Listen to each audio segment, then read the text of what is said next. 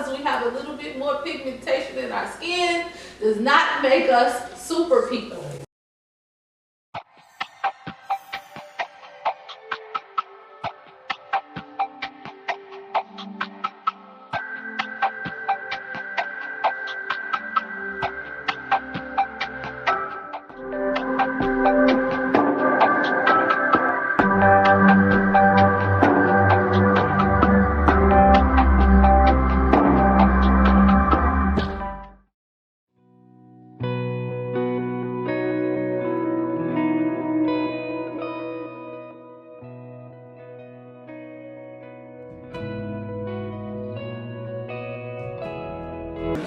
Well, I am the founder of the National Association of Peer Advocates. I am the essence of love, integrity, and resilience.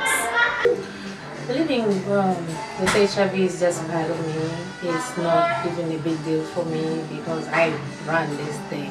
I'm a friend, I'm a sister, I'm a daughter. I am you. I am a lot of things before I am a woman living with HIV. Because I am the face of HIV in this country, I think we've shifted and we need to move the media over to show this face, right? To show faces that look like mine. If we move back and look at who is really getting HIV and who's acquiring HIV in ridiculous numbers, it is Black women and girls. I am Joyce Hampton.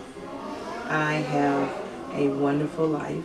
I'm living a wonderful life. I am a mother, a daughter, a grandmother, and hopefully to be an educator soon.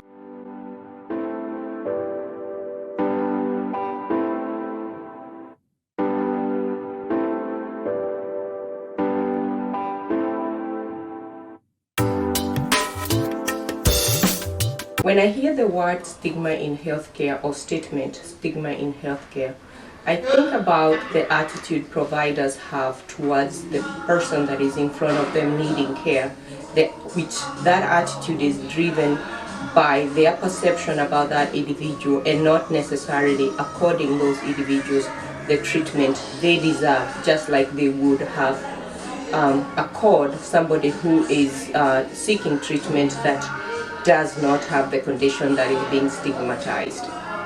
When I leave any medical appointment, I should feel at ease and empowered. I went to an ear, nose, and throat doctor. And when he came in, I want to say his name so bad, but I won't. When he came in, he stood over me. And I was sitting down, he stood over me like that. And then he asked me to open my mouth. And he just kept doing that. And then he sat in his little swivel chair. And he wouldn't really examine me. He stayed away from me. I'm newly diagnosed. I feel dirty. He gives me the purple pill. The purple pill, for y'all who may be too young for the purple pill, was for acid reflux. When I opened my mouth, I couldn't eat, barely breathe, because my tonsils were so swollen coming up out of my throat. And he sent me on my way. I went to my case manager in tears and told her what he did. This is where I heard y'all talking about advocating and compassion. And she said, I got you. I didn't have to speak up for myself in that moment. This project provides many people with the opportunity to learn. Sometimes we say ignorance is bliss, and so there's a lot of people out there not really recognizing the true impact that their practices, even as Black women in this space, that we may reinforce stigma. We may show up in places and spaces that represent harm for our people, and so we have to be willing to stand shoulder to shoulder with these women, who represent us. So we are these women who ultimately are being impacted at disproportionate rates by HIV and so many other things that accompany that. And so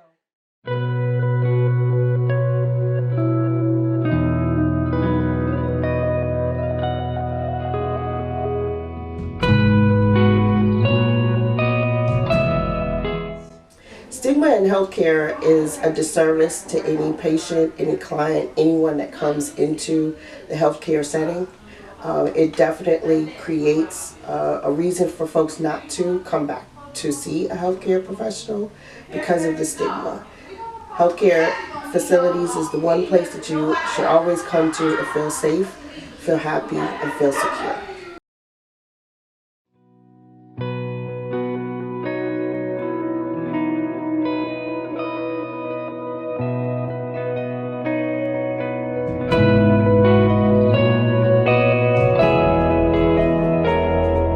The majority of my nursing career has actually been in LGBT health. A large majority of our patients are HIV positive. And the stigma that I actually experienced was teaching other medical providers how to talk and care for our patients, not just within the clinic that I used to work in, but in outside communities, and talking to them about, you share what you do, what's your passion, tell me about your job or whatever. And when I tell them, oh yeah, I worked in HIV, I worked in trans care, I worked with adolescents, blah, blah, blah, they're like, well, why would you choose to do that?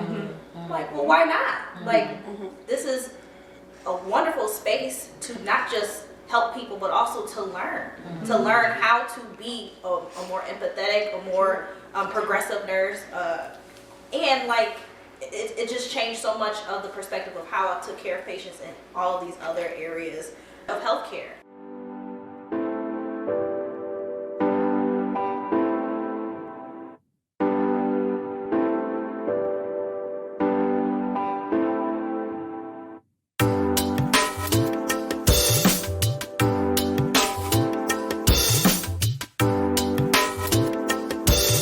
I am fearless. I was living in a hotel for 2.5 years before I finally got out because I was stuck. I went to those agencies, kept asking for help, and I finally had enough. When I tell you the AOC in Fort Worth, they are afraid of me when I walk inside the building. COVID was not the reason why they got the glass case. Speak on that. They got the glass locked in with the lock on because of Zamora. Because I got tired. And then on top of that, one thing I got tired of, y'all kept bringing me these rice-skinned people to talk to me. To talk to me about me and my transness and my blackness and my womanness. How can you talk to me about this? How can you sit back and try to like have any type of sympathy with me? Baby, your privilege is not my privilege. My life is not your life. But I tell you, my friends will literally sit back and tell you, Zamora, we don't know how you made it.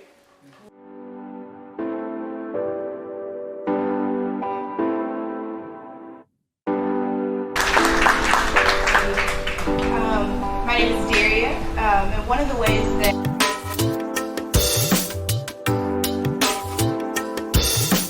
it's important for one, awareness, but also mobilization and engagement. We need women who aren't living with HIV to advocate and understand education and awareness to tell their other small circles to know why it's important to be in this aware for this event itself. And then we need mobilization because we need women like myself who are community advocates. We all need to be able to come together and be able to work because united, because two heads are better than one. Two heads are better than one.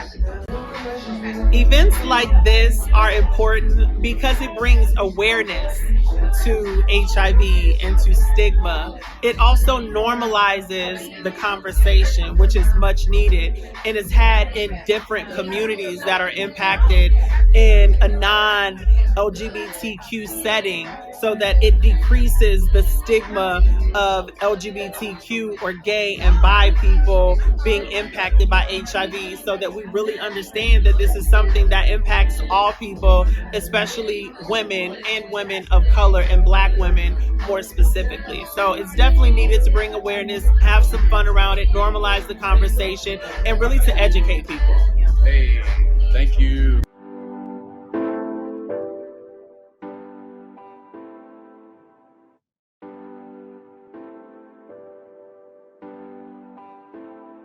Events like this are important because it'll break down that stigma.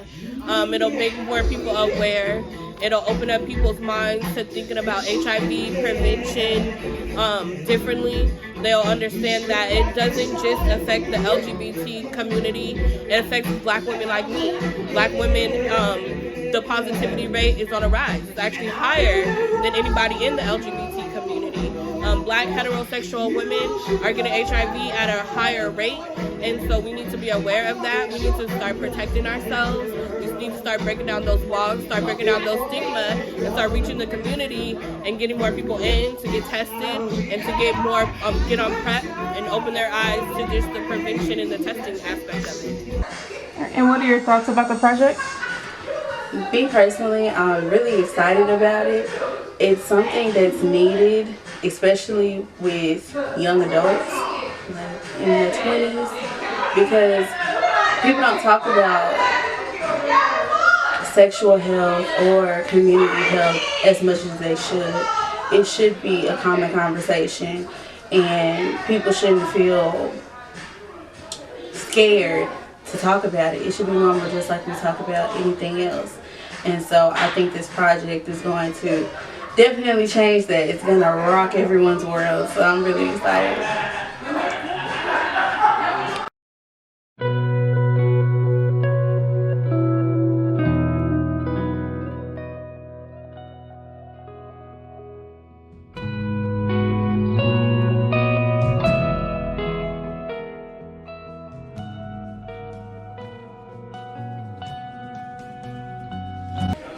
For the person who is newly diagnosed, I would tell you that there's life after this. Life does not end with an HIV diagnosis. At some point, for me, it was just the beginning. So this could be a new chapter in a different kind of life.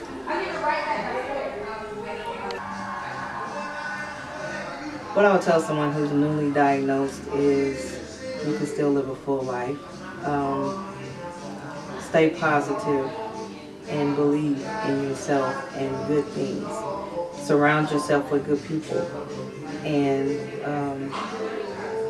try to live your best life to the fullest.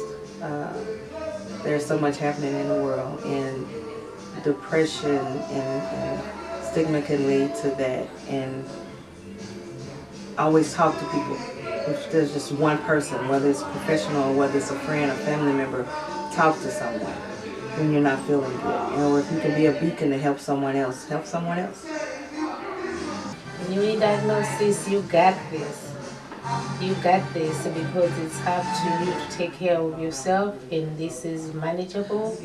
You can live with it healthy as long as you take care of yourself. So you got this. It's no problem. Look at people around you. Look at me. You got this.